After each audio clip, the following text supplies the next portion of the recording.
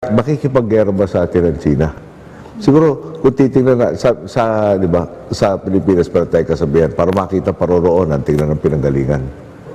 Sa akin pananaw, kung hindi makakausap na maayos ang China, papakita lang natin, hindi ho ba kayo ay membro ng UNCLOS, signatory kayo?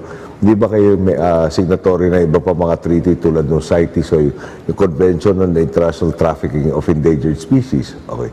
Dito po sa UNCLOS, pero mga dispute mechanism, nagkaroon po ng arbitral ruling, nanalo yung isinulong ng Pilipinas.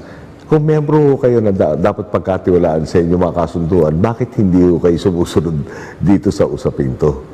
At palagi ko, ikaw naman ang China, talaga namang maski sa kadudulog, ibabalik at ibabalik sa iyo, pwede bang pagkatiwalaan ka sa mga kasunduan na papasukan mo? Ito magandang halimbawa, aayos naman yung kanilang pagkilos. The DFA has always been saying that the Philippines has been taking diplomatic actions on the West Philippine Sea issue. Now, could you please specify what diplomatic actions we have already taken and in what specific issue? Sinasabi daw po ng DFA na meron sila mga diplomatic action na ginawa sa West Philippine Sea. Pwede ba hong i-specify kung ano yung mga diplomatic action na ito? DFA does not on its own do a policy. It's the office of the President. And so they just implement. It's the sole organ of the foreign policy of this country lies with the office of the President. And as I have said my piece, unless we are ready to go to war, and I would like to embody to be drafted if they want, and I will send them first. We cannot afford a war at this time because it will result in a massacre. I am not prepared to lose my soldiers and policemen for a simple adventurism. Diplomatic protest, every time we open our mouth, we are protesting actually. And if you might want to know, the first time I met President Xi, I already protested and insisted that we will dig our own oil there.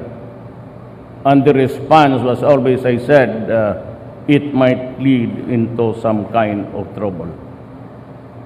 And when you say that word trouble in Chinese, it means exactly what it means. Are we prepared to go to war? It's easy to postulate a theory. Maraming scholar na bright ang Pilipinas, hindi na ubusan eh. Libo yan. With the population of 105 million, you can easily say that there are about 1 million who want something more than just the dramatics. Kaya ba nila? Are you being realistic or you are just indulging in a public display of brilliance? Madali sabihin yan kung hindi ka nakaupo dito. Eh kung gusto nila, sila umupo ng isang buwan, tignan natin.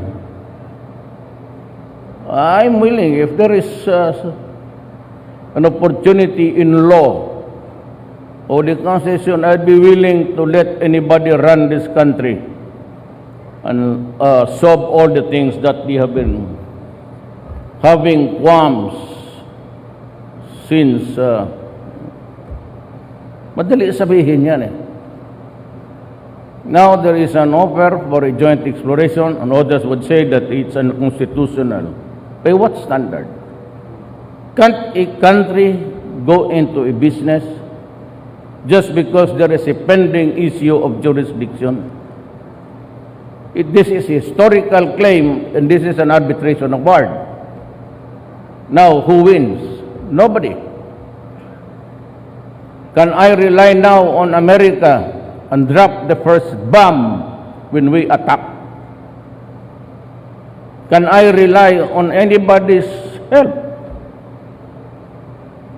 If all of my soldiers will die there, and all of the policemen to assist them, na disgrasya ang Pilipinas, sinong managot? The people will execute me right at the Luneta. And you are either inviting, if I do that, either I am inviting trouble within my country or the military and police will oust. Hindi yan preparado silang go into a suicide. He would rather dispense me rather than lose their soldiers unnecessarily and needlessly. Madali sabihin yan eh. Pag sinabi ko sa military, pati police, pumunta ka din, mag-suicide kayo. Do you think they will follow me?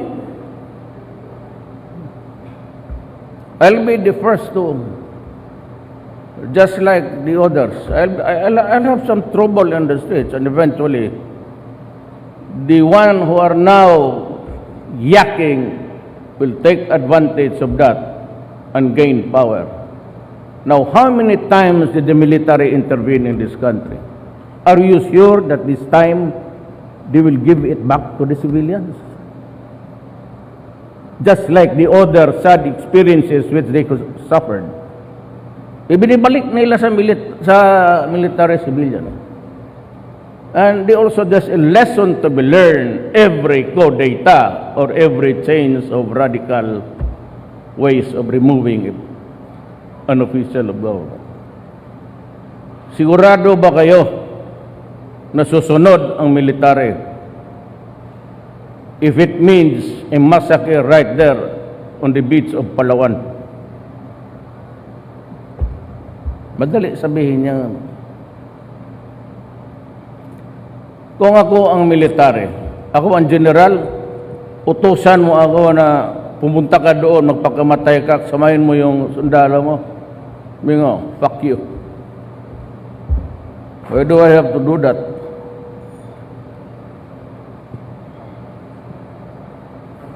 Sino gagong susunod sa iyo? This is not, this is an armed forces of service, not suicide. Mr. President. Remember that they have learned their lessons in several occasions in this country. You are not sure this time if they will give it back to the civilians. Remember that. Ako, they will not spare me. They are there because we are the duly constituted authorities with the cabinet running government. But so long as you do not ask for an impossible, they will obey. But kung sa Bisaya, ibahog nimo, you feed them to the jaws of hell, they will not. Be careful with that. Kayo mga oppositionista and all.